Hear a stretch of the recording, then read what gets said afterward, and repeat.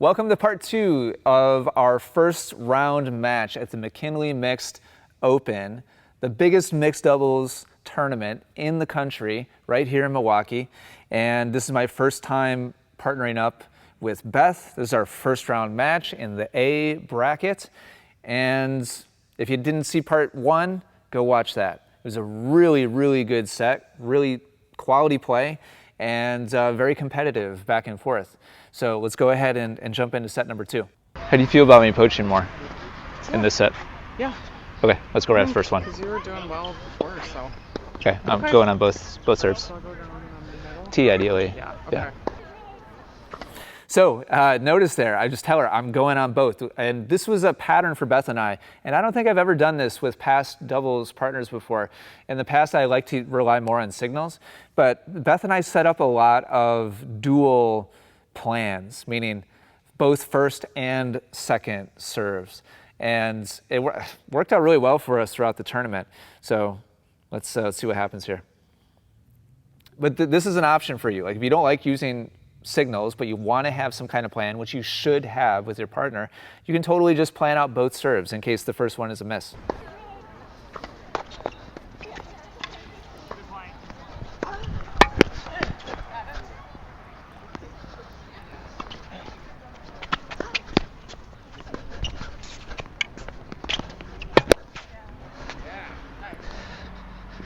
Yeah, get me going up there, Beth. I like it. Let's go poach on both again. Okay. So notice on the first point, she didn't cover me. And I don't know if I noticed this or not after that first point, but I call poach on both. She misses the first serve, and maybe she forgot about the second serve, because on the second serve, a poach means like I'm gonna cover the other side. I'm going no matter what, like straight across. So right before the hit, I just go ahead and go, and Beth is still covering that side too. Like she's thinking about going to get that shot. So that's a big problem because if this volley is okay, then we lose that point. Luckily, she had plenty of time. So me not being able to see what's going on behind me, like I'm just going and hoping that she gets the memo. Let's see if she. I bet she probably does after this first point.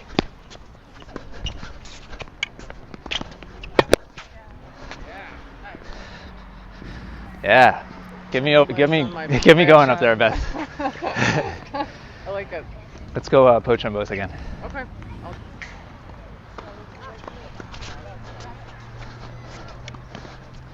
Nice play by Chris. Nice lob, Beth. Really smart. This could be very, very easily missed. Chris's play here, he's anticipating my poach and just playing just like a little chip, like bump, lob down the line. Had I just stayed there, I probably could have made a play at that. It's a really safe way to just kind of avoid somebody who's very active at the net. Just kind of bump it down the line. Just not even necessarily really a full lob, just kind of a bump lob. Really smart play, just to kind of neutralize that poach. But great defense from Beth. Great shot.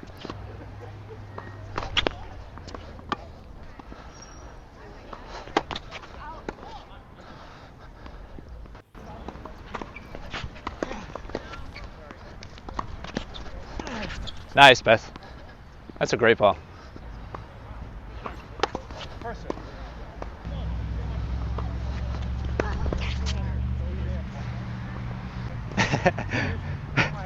That's okay. No, that's fine.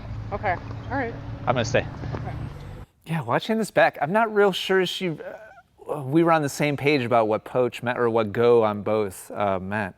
Like this is another example here of like me going and her just not making the cover. So like I'm just committed here. Like, and in my head that was like the plan or the play. And I'm just like looking over my shoulder, fully expecting Beth to be here already. And for whatever reason, we just weren't on the same page. That's okay. Over there. No, that's fine. Okay. All right. I'm gonna stay. Okay.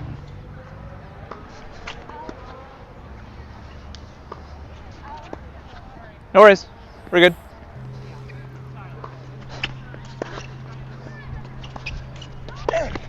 Nice, Chris.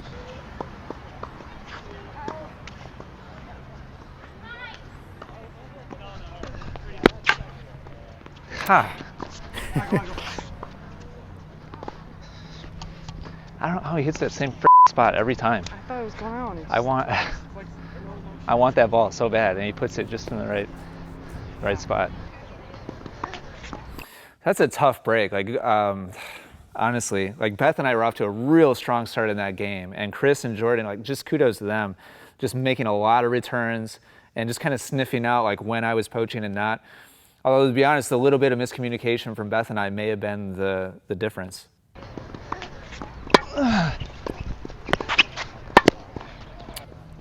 That's a must make. Nope. Going Australian here on Beth. Interesting that Beth would go cross court at Chris there. Sorry.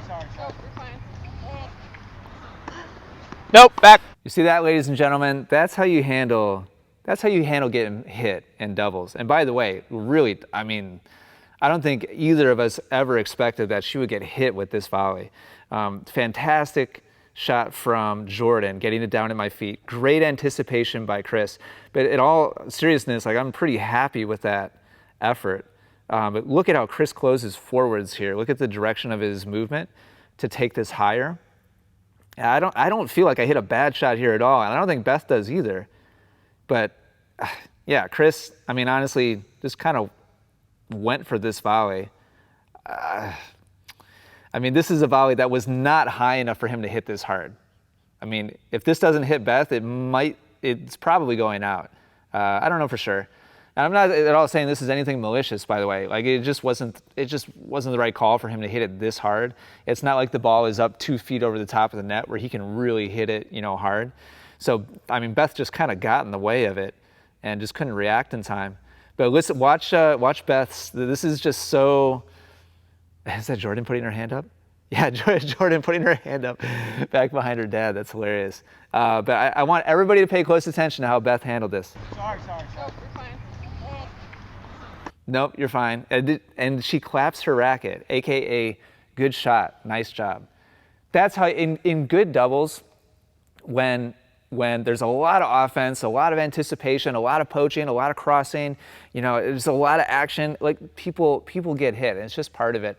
And I mean, in all seriousness, like, she might have, if she wanted to be upset about this volley, there might be some grounds for her if she wanted to, but it's really not even on her radar. She's just expecting that's what's going to happen sometimes.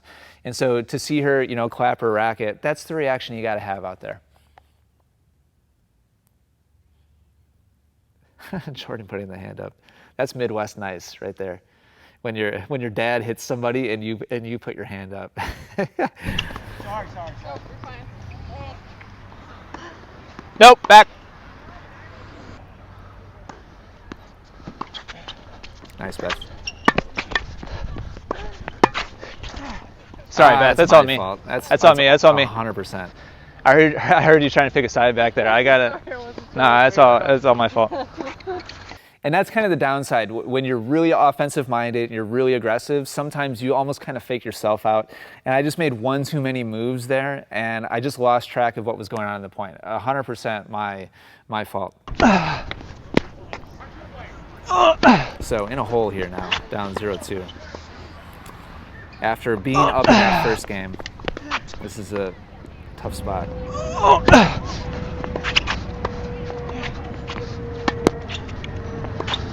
Yeah, that's great. That's great. Come on, you know what you're doing up there. It's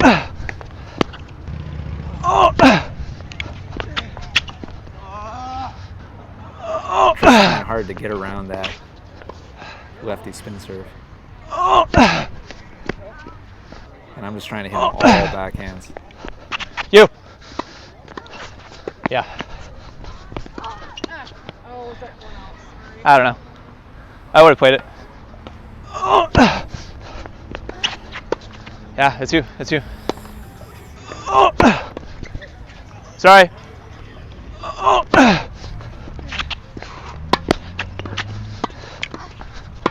Nice, Jordan. Good hands. You got it. Good take, good take, good take. Oh, It's okay. wow. Good take, good take. And you notice me just trying to really kind of pump up her confidence, pump up her ego a little bit up at the net. Like, you can tell maybe I sense her confidence was a little low in her volleys, and so I'm just trying to just inflate her confidence as much as possible because I need her to be taking those shots. I like there's no way we're gonna beat teams like this if she's not confident to go for those volleys.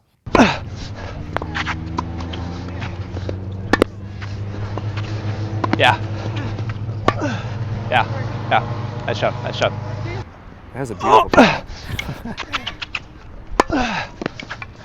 Come on. Woo, way to hang in there. Let's go.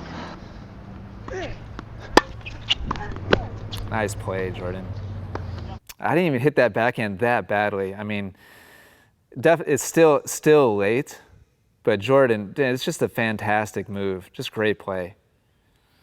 She's basically forcing me to hit, not a perfect backhand, but it's like she's forcing me to have to get out there in front and really catch it early to have any chance of getting that around her.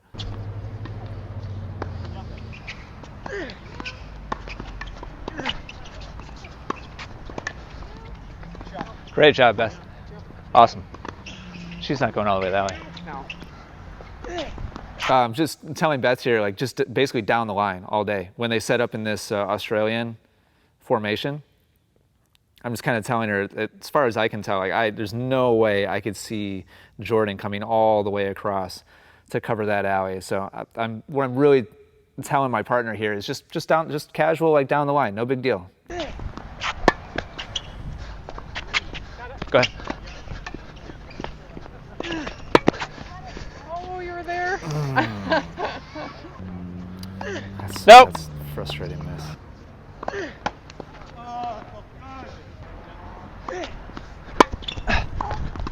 Just struggling with the backhand. Man, great hands, Beth. Is that in? Wow. Sorry, we got Could have won this game so many different ways. So I'm frustrated because I'm giving that high, I'm just struggling with the backhand. And kudos to Chris for just picking on it again and again and again. And I mean, going back, you see that I'm waiting with a backhand grip as he's serving. Look at it, like I'm standing there with the backhand grip, just waiting, knowing he's going to hit me backhands. And I'm just not finding the rhythm, just not finding the timing. And it's just a very frustrating, spot to be in, and just giving those high volleys over the middle. Wow. Sorry, we got Could have won this game so many different ways.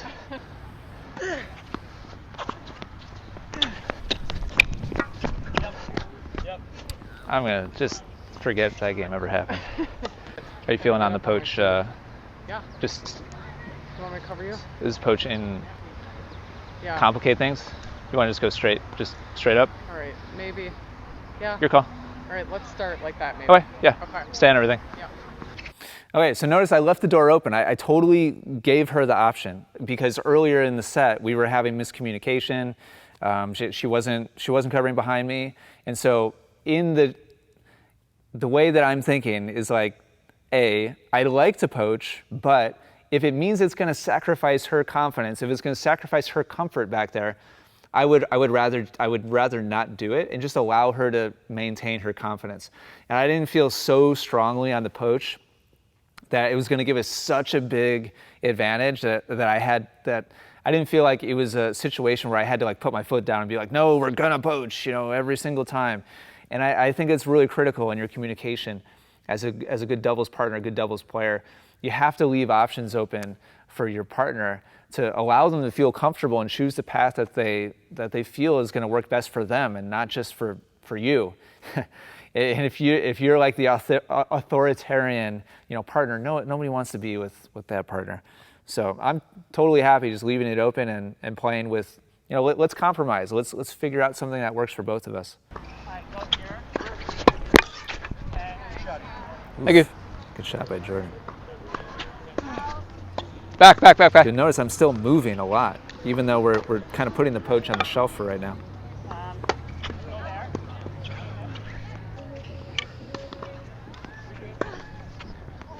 Wow, Good shot. that's a good ball.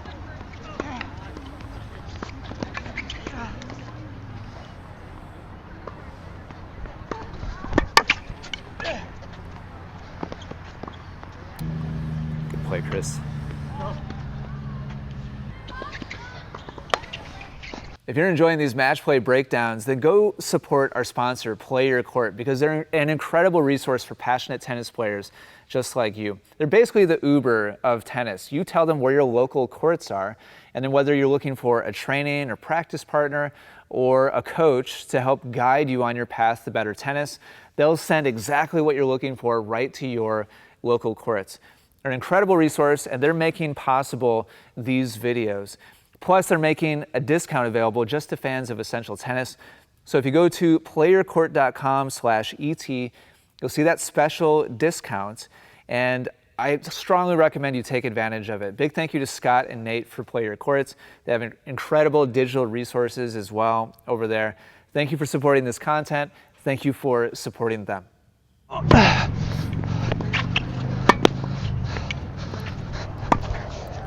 That's a tough shot by Jordan. That's tough. Down 1-4 now. What? Whoa, I don't remember that. Wow, just caught it late, I guess. Where did she get him?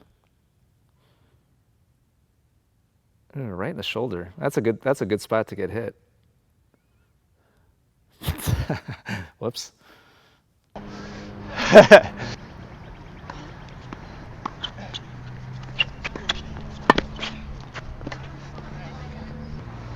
Now, I need to call a switch there to avoid the confusion we had earlier in the set. Like, I like that I took this shot. Good return by Beth. And I'm just looking for something in the middle, squeezing towards the middle. And I think it's great that I took this shot. But then once I cross over, I need to make it clear to my partner back behind me what I'm intending to do. Am I going to be crazy mode, like scrambling back and forth, or am I going to stay? And you can tell by my posture here, I intended to stay, but I should be telling her. I should be calling a switch just to make it as easy as possible.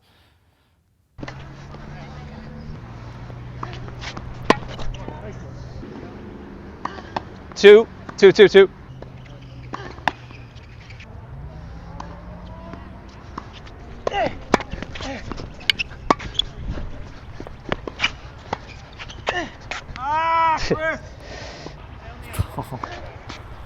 Good point. What number is it? Focus.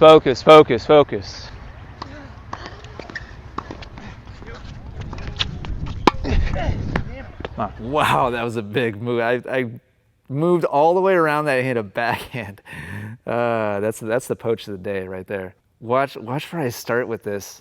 So kind of the middle of my side, but definitely, obviously looking towards the middle. And watch how far I move. It's so far I take a backhand off of this. Wow, that's aggressive. I'm proud of myself. All right, so we get the break there. So one break instead of two.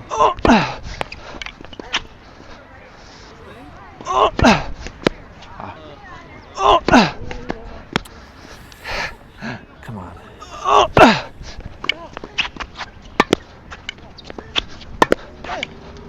on, let's go. Hit that.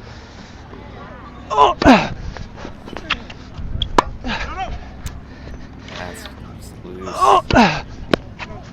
It's like just a must make in a situation like this. Yeah. Great job.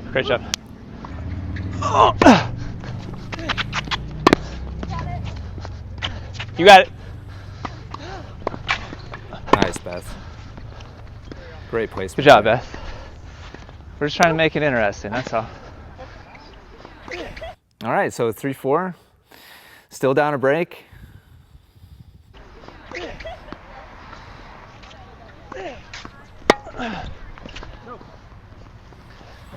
Routine cross-court ball. Got it. Good ball, Beth. You. Yeah, that's a good move. Oh, man. Struggling with that backhand.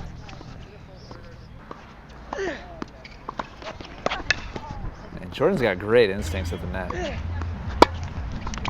Again, struggling with the backhand. Chris just picking on it. He's doing a great job just just making it miserable for me. And frankly, I mean, that's what you should be doing. Make life miserable for your opponent. And in doubles, like, you can kind of put people in little boxes because you're isolated, like on one side, hitting the same shot again and again and again. And once you find I mean, this is a serious liability at this point in the match, and just going to that same spot over and over and over again. You should be looking for those opportunities. And a lot of times, tennis players have this big fear of like picking a target and aiming for it. But this is what you get to be able to do when you commit to learning that and being able to place your serve. You can make somebody pay for a weakness like this. And Chris is, you know, basically teaching a master class here on how to dominate somebody's weakness. Let's go. First one. Good serve.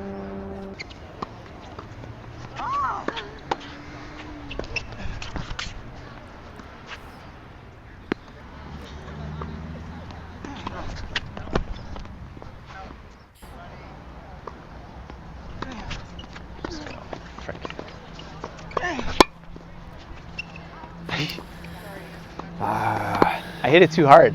Good play by Chris. Still frustrating, just a frustrating miss. Just not put it in play. Nope.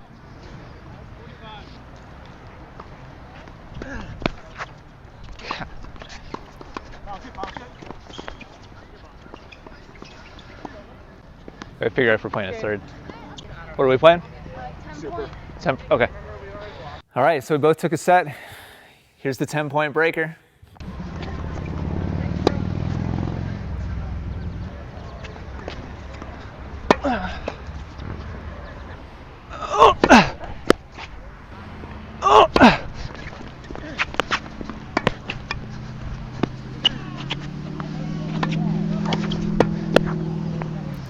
Great play, Jordan. Man, what? She's got great instincts at the net.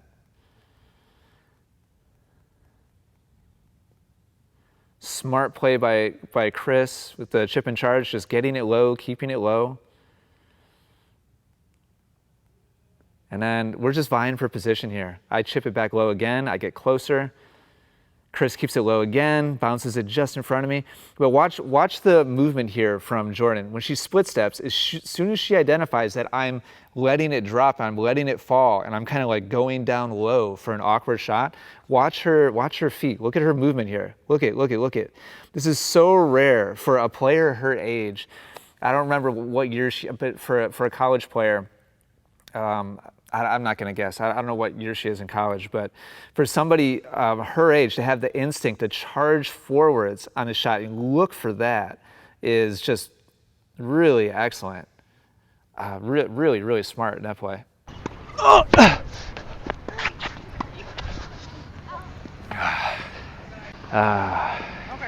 Come on. We got to get something rolling here.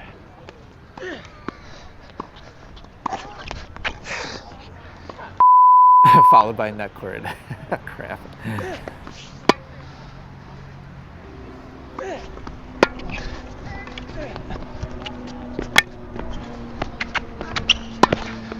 I wish people weren't watching. No, the shame I can take. I mean, so I could be more angry.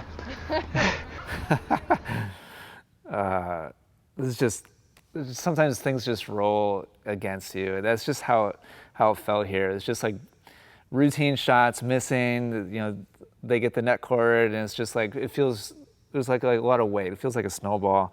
Yeah, it's just frustrating point there for sure.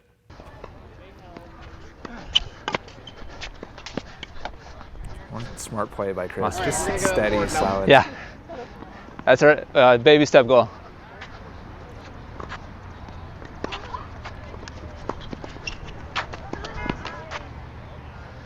Come on! Goal number 1. You got it. On to goal number 2.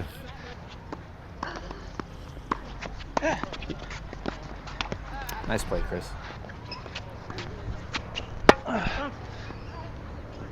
Sorry, Beth. Just tight, jumpy forehand.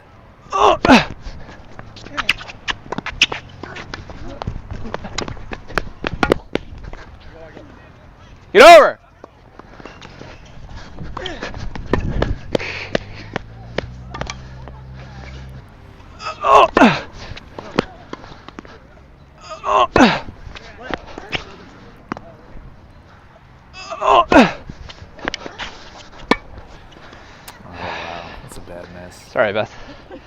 That's disappointing. We did well in spots. We did Yeah. good match. No, you're right. Yeah, there were pockets. Yeah. I just couldn't seem to string it together.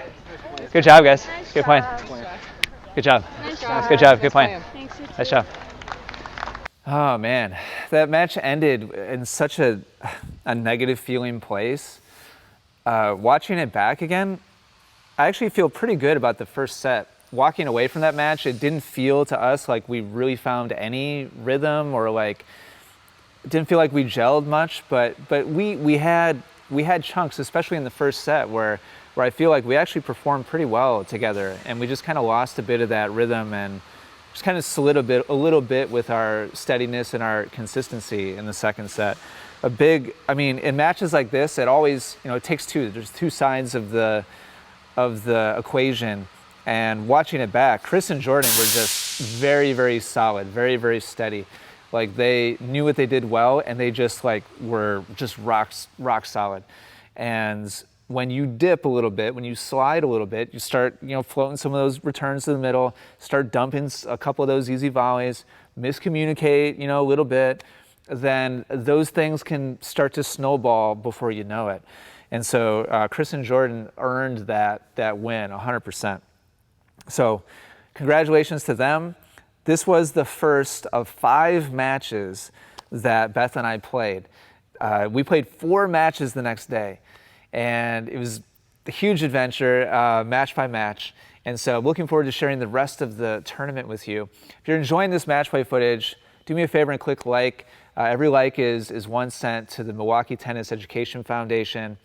And big thank you to Play Your Court for sponsoring this video. If you want to thank them for sponsoring this video, making content like this possible, please go to playyourcourt.com/ET. Thanks for watching. Stay tuned for match 2 coming up next.